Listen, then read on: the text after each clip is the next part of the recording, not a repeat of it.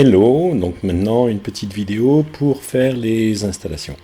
Donc la première, ça va être de LavFilters.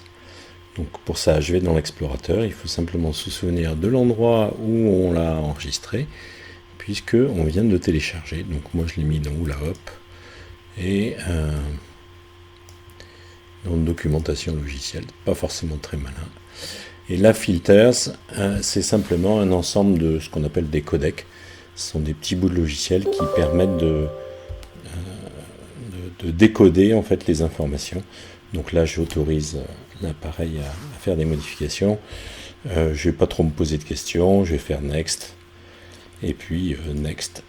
Et Next. Et Install. Et donc là, donc vraiment pas grand chose à faire. Et ça vous permettra de ne plus avoir d'erreur à la lecture des fichiers audio, comme on avait la dernière fois. C'est ça qui nous a empêché d'installer. Bon, c'est lié à la pauvreté nominale de l'application Windows Media Player en ce qui concerne la lecture des fichiers audio et des fichiers vidéo. Donc bon, là j'ai fini, donc c'est terminé. Donc là c'est juste la partie audio, et donc maintenant je vais m'intéresser à l'installation. Donc je reviens simplement dans le dossier Hula Hop, et je vais venir sur install exécutable et faire install.exe. Et voilà, donc après je me laisse guider. De toute façon, il n'y a pas grand chose à faire. Il va simplement me poser une question: est-ce que j'autorise l'application provenant d'un éditeur inconnu à apporter des modifications? Bah oui, l'éditeur inconnu, vous le connaissez. Et je vais avoir maintenant une petite fenêtre dans laquelle je vais pouvoir sélectionner cette option installation rapide. Et voilà, donc là il va faire l'installation. Bon, alors moi je peux avoir des messages un peu particuliers liés à la configuration de mon poste, mais vous, normalement, ça doit tout bien se passer. Il va s'installer et derrière, voilà, il prépare les fichiers, il copie, etc.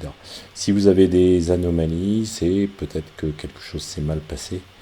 Donc apparemment, quand on télécharge depuis le site web que je vous ai donné, il n'écrase pas forcément les fichiers. Donc comme on avait déjà une installation, ça peut être ça le problème. Ça sera à vérifier. Et voilà, et donc après il va lancer automatiquement l'application.